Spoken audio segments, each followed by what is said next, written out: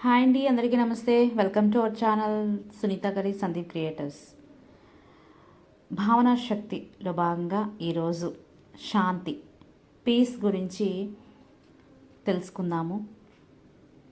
ఇంకా అంటే ఏడవదన్నమాట శాంతి.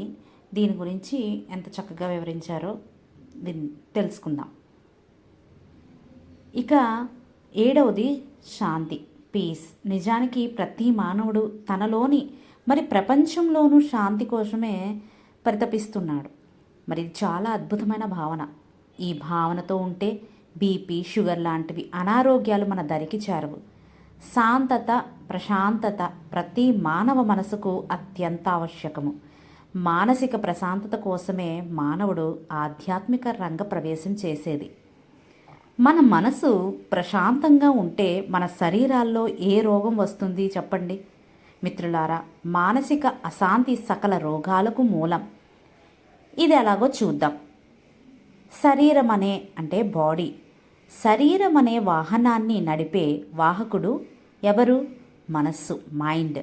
వాహనం నడిపే వాడిని బట్టి వాహనం యొక్క మన్నిక ఆధారపడి ఉంటుంది. మానసిక అవస్థ, స్టేట్ ఆఫ్ మైండ్ ఎలా ఉంటుందో మన శారీరక వ్యవస్థ, డైనమిక్స్ ఆఫ్ బాడీ అలా ఉంటుంది.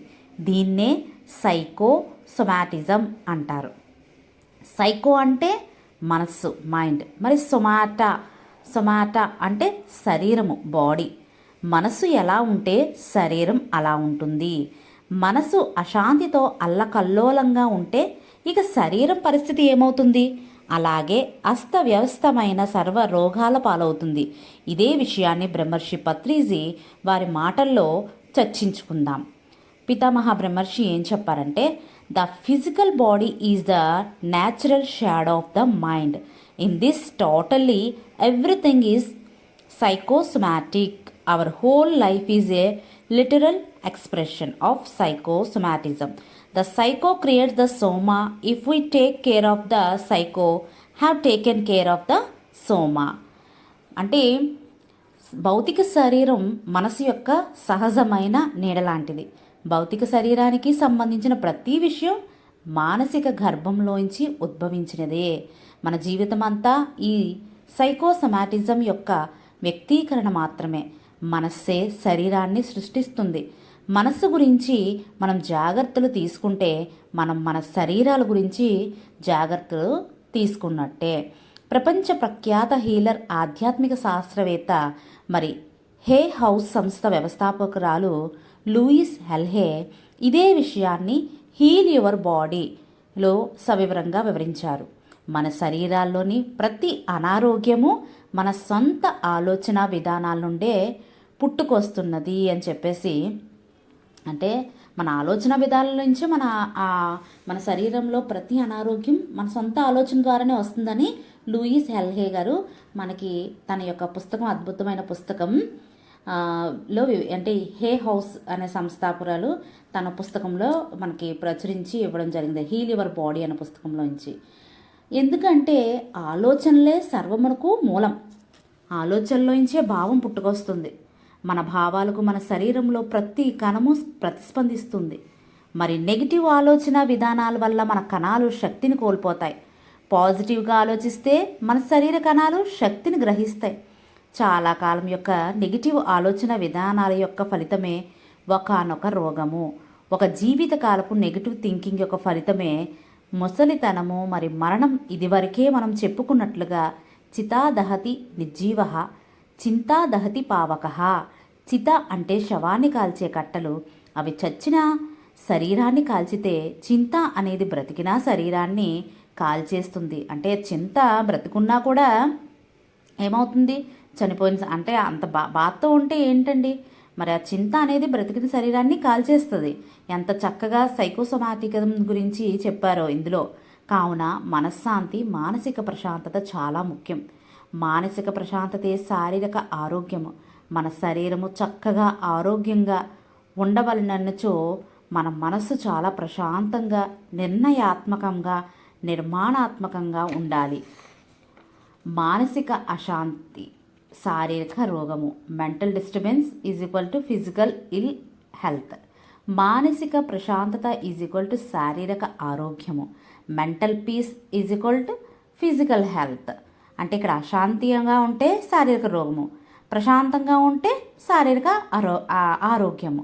దీనికి మించిన ఆరోగ్య సూత్రం లేదు. అందుకే మనము ధ్యానం చేసినప్పుడు మన మనస్సులు ప్రశాంతం అవుతాయి.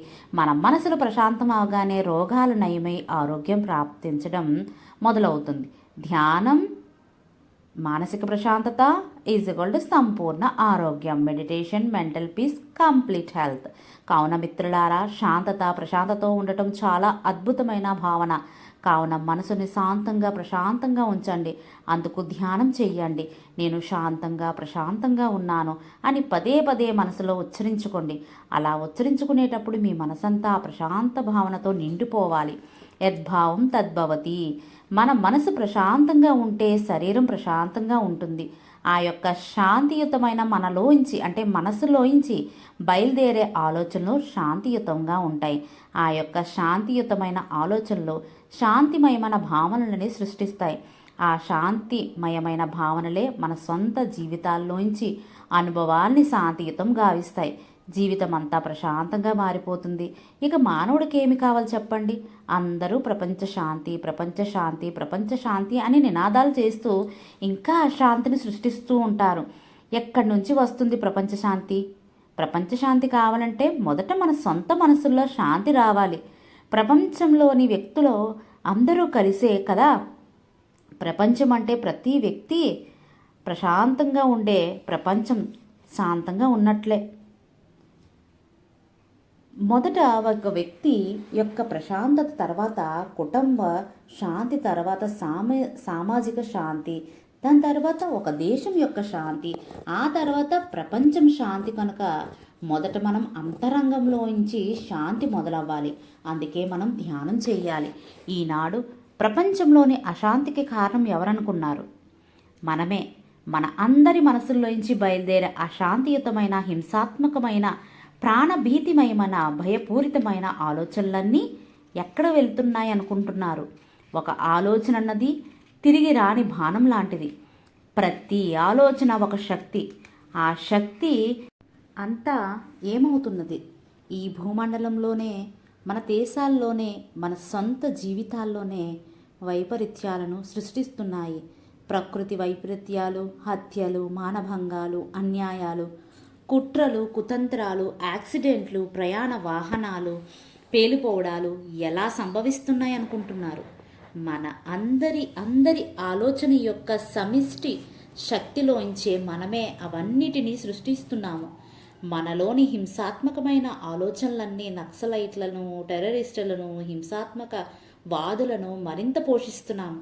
మనలోని ప్రకృతి విరుద్ధమైన భావాలే ప్రకృతి వైపరీత్యాలను సృష్టిస్తున్నాయి. మనలోంచి బయలుదేరే ప్రాణభయంతో నిండిన ఆలోచనలే యాక్సిడెంట్లను, ప్రమాదాలను ఆకర్షిస్తున్నాయి.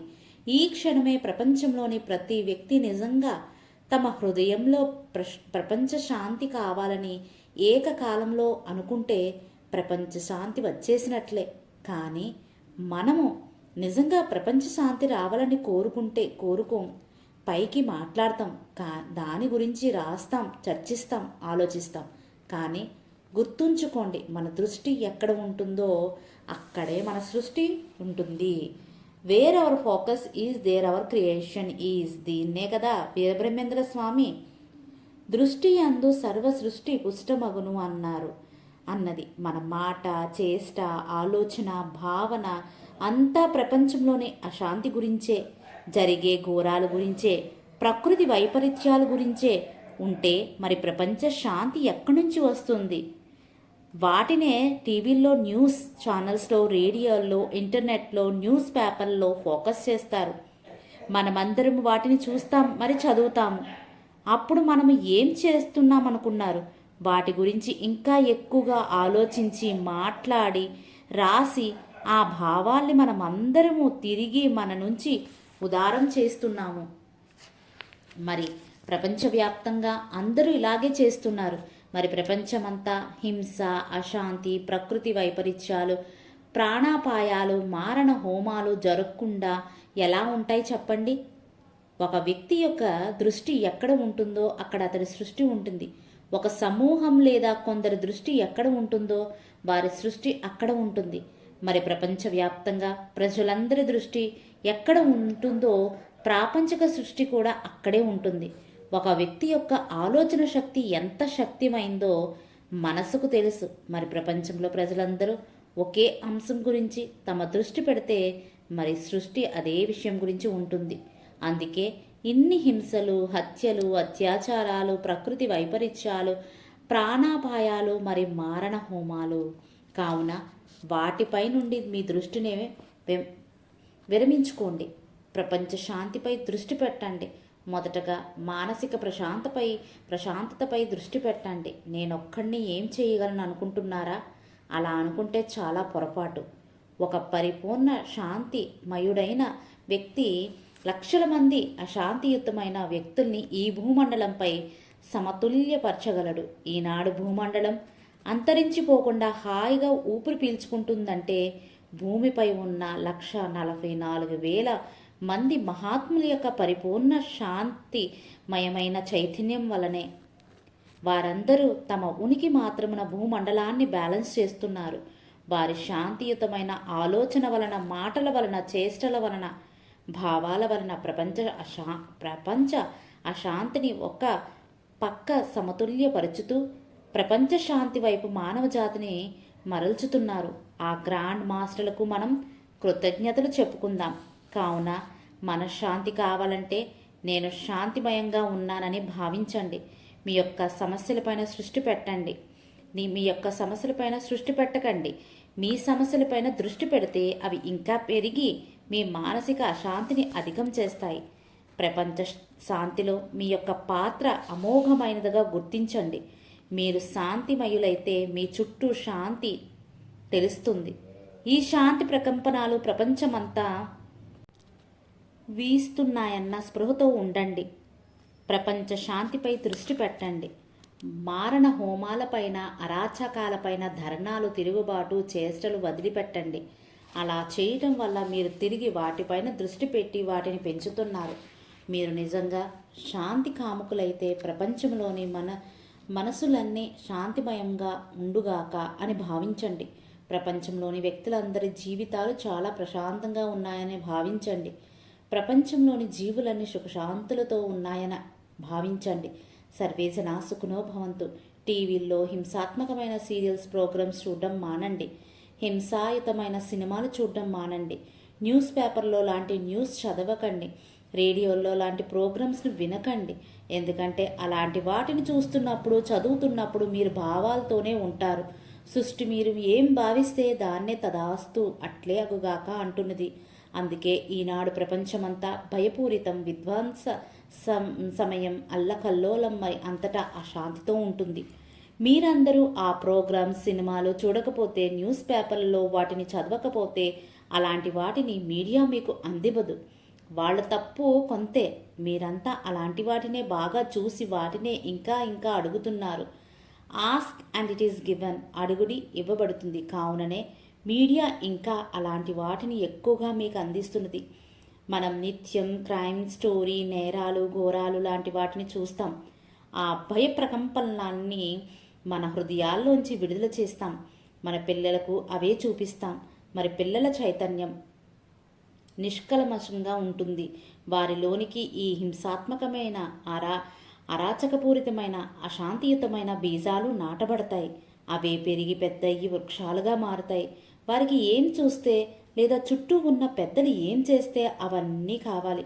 మరి మనమంతా పిల్లలకు చూపించే టీవీ సీరియళ్ళు, సినిమాలు ఎలాంటివో మనకు తెలుసు.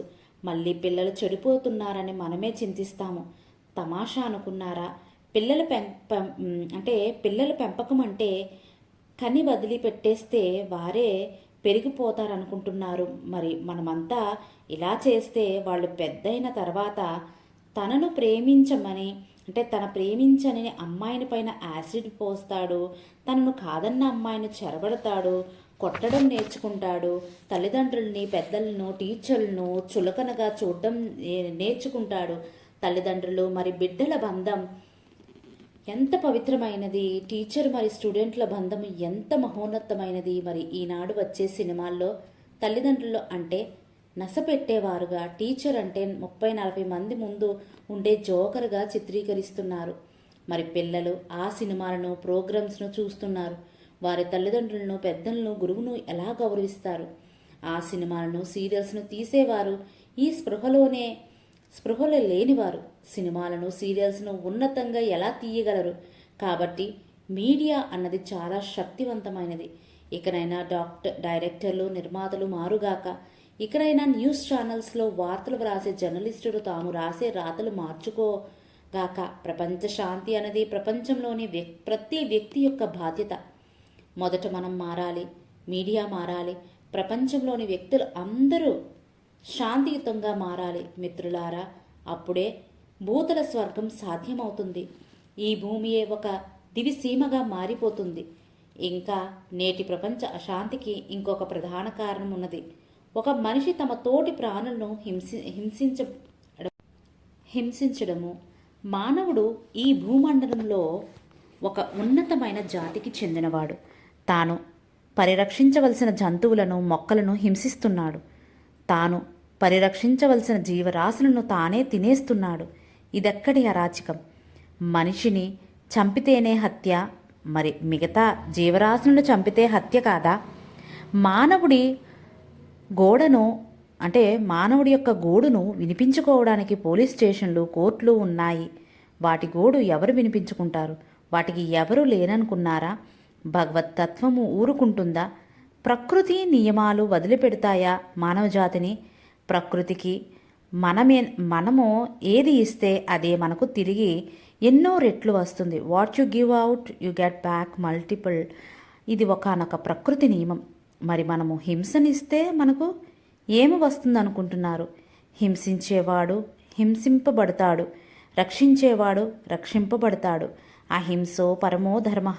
అన్ని ధర్మాల్లోకి అహింస అత్యంత గొప్పదైన ధర్మము. మరి ధర్మో రక్షితి రక్షిత. ధర్మాన్ని రక్షిస్తే ఆ ధర్మం మనల్ని రక్షిస్తుంది. మరి ధర్మాన్ని పరిరక్షించక తోలనాడితే ఏమవుతుంది? మరి అధర్మో రక్షితి భక్షిత. అధర్మాన్ని రక్షిస్తే ఆ అధర్మమే నిన్ను భక్షిస్తుంది. మరి మానవుడికి ప్రాణభయం కలగకపోతుందా? యాక్సిడెంట్స్, ప్రమాదాలు జరగకపోతాయా? అగ్నిపర్వతాలు బద్దలవ్వకపోతాయా? సముద్రాలు ఉప్పొంగిపోతాయా? తుఫాను రాకపోతుందా? భూమి కంపించక మానుతుందా? ఆకాశం ఎర్రబడకపోతుందా? ఆలోచించండి. దైవత్వము, సత్యము, ధర్మము ఉన్నాయి మిత్రులారా.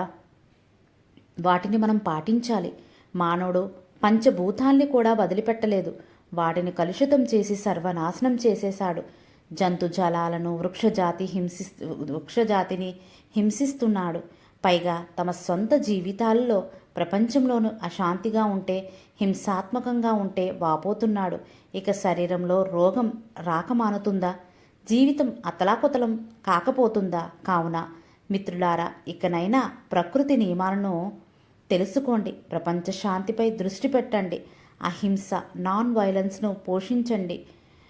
అప్పుడు మన సొంత జీవితాలు, మన చుట్టుప్రక్కల వారి జీవితాలు, ప్రపంచంలో ప్రజలందరి జీవితాలు శాంతిమయమై అందరూ చక్కటి శారీరక ఆరోగ్యంతో, సుఖ సంతోషాలతో జీవితం సాగిస్తారు.